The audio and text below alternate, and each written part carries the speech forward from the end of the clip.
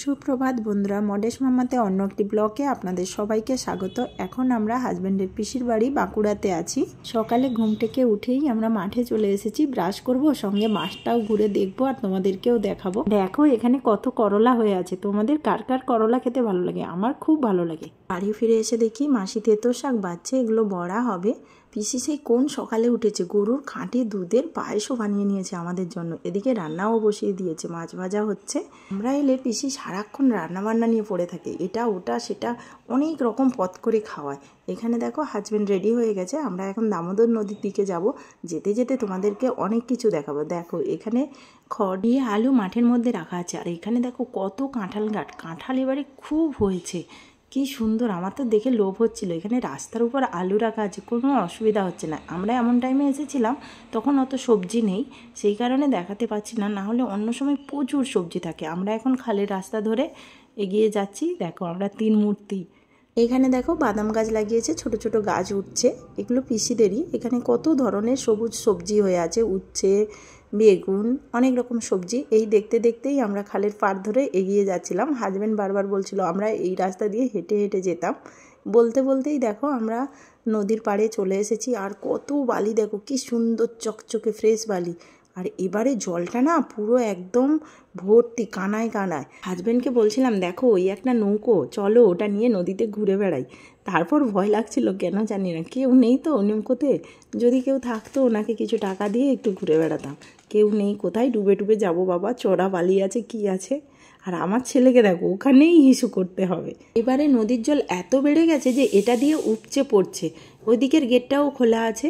আমরা এর আগের বার যখন এসেছিলাম এর উপরে দাঁড়িয়ে ভিডিও করেছিলাম, কিন্তু এবারে সুযোগ পেলাম না। দেখো আমরা দুই দেবাদেবী কত খুশি, তার থেকে বেশি খুশি আমার ছেলে। এবারে তোমাদেরকে একটা খুব ভালো জিনিস দেখাবো। এই দেখো মাছ, আমার ছেলে এত জল নাড়াচাড়া করছিল যে মাছগুলো ঠিক দেখা যাচ্ছিল না। এখানে দেখো কত এরকম ছোট ছোট মাছ, আমার তো দেখে ধরতে ইচ্ছা করছিল, কিন্তু কি দিয়ে ধরবো। এখানে দেখো আমাদের কি কাণ্ড করছি আমরা, ছেলে আর আমি জলের মধ্যে পা ডুবে ডুবে খুব মজা করছিলাম। আর জলটা সেই পরিমাণ ঠান্ডা ছিল, আমার ছেলে তো পারলে জলের মধ্যে নেমে যায়। তোমরা কিন্তু অবশ্যই কমেন্ট করো আমাকে কেমন লাগছে আর এখানে জায়গাটা তোমাদের কেমন লেগেছে। এখানে দেখো একজন দাদা জাল নিয়ে বসেছে। আমি ভাবলাম এগুলো পাতবে আর যেগুলো পাতা আছে ওগুলো তুলবে। দাদা বললো না, এগুলো এখনই পাতা হবে, কাল সকালে ভোর 3টের সময় তোলা হবে। আমি হাজব্যান্ডকে বলেছিলাম 3টেতে আসবো, কিন্তু এত বেইমানি করেছে কি বলবো তোমাদেরকে। বলল হ্যাঁ আমি অ্যালার্ম দিয়েছি 3টের সময় আসার জন্য, কিন্তু আমার ঘুম ভেঙেছে 5টায়। দেখি না কোনো অ্যালার্ম বাজেনি। অ্যাকচুয়ালি ও অ্যালার্ম দেয়নি, আমাকে মিথ্যে কথা বলেছে। আর আমাকে বলল এই উঁচু দিয়ে উঠে তুমি ওই পাটটা দেখো খুব সুন্দর। আমি উঠে দেখি কিচ্ছু নেই, শুধু পটির গন্ধ। আর দেখো তোমরাই দেখো, নেমে এসে দেখি এখানে বাদাম চাষ করা হয়েছে আর কত পাতা পড়ে আছে। সব পাতাগুলো তুলে এনে এখানে পড়ানো হচ্ছে। আর কত আলু দেখো। আসার পথে একটা গাছ দেখতে পেয়েছি, তোমাদেরকে দেখাচ্ছি। এটা কি গাছ বলো তো, আমি চিনতে পারলাম না। আর কত সুন্দর রাস্তার উপর পলাশ ফুল। আমি তো এই দেখে দেখে বাড়ি ফিরে চলে এলাম। এখানে বৌদি বসে আছে আর হাজব্যান্ড আসা মাত্রই মাছ নিয়ে পিসির থেকে খেতে বসে গেছে। দেখো তুমি এমনি এমনি মোটু হচ্ছ না, এই কারণেই মোটু হচ্ছ। দেখো আমার পিসি ওই তেতো বড়াগুলো ভাজছে আর আমরা বসে বসে খাচ্ছিলাম। ওখানে লুকিয়ে লুকিয়ে বসে আছে, দেখতেই পাচ্ছি না। আর আমার হাজব্যান্ড তো একটা শেষ করছে আবার একটা করে পিসির থেকে নিচ্ছে, আর পিসিও দিতে থাকছে। দেখো আর না, আমিও ওখান থেকে একটা করে তুলে নিচ্ছি। জিয়া কি খাচ্ছে? আপেল খাচ্ছে আর আমি বড়া খাচ্ছি। কেমন খাবো? ভালো লাগছে না? সেই টেস্ট, দারুণ টেস্ট হয়েছে। বেশি সব বাচ্চা আমার পুরো শেষ করে দেবে এখন। খেতে থাকবো আর পিসি শুধু ভাজতে থাকবে, এটা হতে পারে না। তাই আমি জোর করে পিসিকে খাইয়ে দিচ্ছিলাম। আমি তো পিসিকে খাওয়াচ্ছি, তোমরা কি করছো? ঝটপট করে চ্যানেলটা সাবস্ক্রাইব করে ফেলো। আমরা আবার বিকেলের দিকে নদীর পাড়ে গিয়েছিলাম। তখন যেহেতু আমি আর আমার হাজব্যান্ড আর ছেলে গিয়েছিলাম, এখন মা বৌদি মাসি সবাই মিলে আবার চলে গেলাম নদীর পাড়ে। তোমরা অবশ্যই কমেন্ট করে বলো ইভিনিংয়ের টাইমে না দুপুরের টাইমে নদীটা বেশি ভালো লাগছিল। আমার তো মনে হচ্ছে ইভিনিংয়ের টাইমটা বেশি সুন্দর লাগছে। দেখো কি সুন্দর একটা পরিবেশ, সেই এনজয় করছিলাম এই আমরা সবাই। এই দেখো পুরো ভিউটা। আর এখানে ডিসেম্বর মাসে আর জানুয়ারি মাসে নাকি খুব পিকনিক হয়। ওখানে দেখো ভাই আমাদের জন্য পকোড়া নিয়ে চলে এসেছে।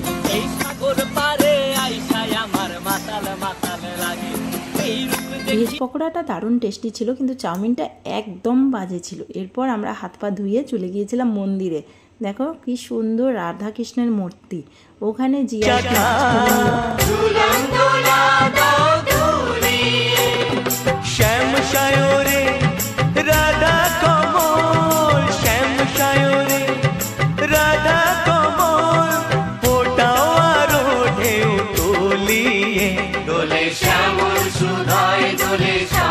ওখানে একজন দিদা আমাদের সবাইকে এরকমভাবে তিলক পরিয়ে দিচ্ছিল।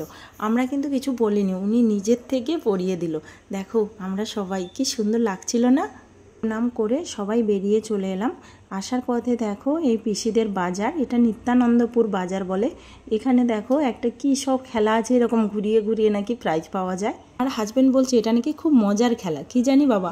আমরা বাড়ি ফিরে এসে দেখি কারেন্ট নেই, তাই দেখো এরকম একটা লাইট জ্বালানো হয়েছে। এরপর আমরা বোনের বাড়ি চলে গিয়েছিলাম, ওখানে পাশেই পিসির মেয়ের বাড়ি। ওখানে পৌঁছেই সবাই গল্পে বসে গেছে। আর পুচকুরা দেখো এদিকে পড়াশোনা করছে। ওকে বন্ধুরা, টাটা, দেখা হচ্ছে নেক্সট ব্লগে। আমার ভিডিওটা কেমন লেগেছে অবশ্যই কমেন্ট করো, ভালো লাগলে একটা লাইক করো।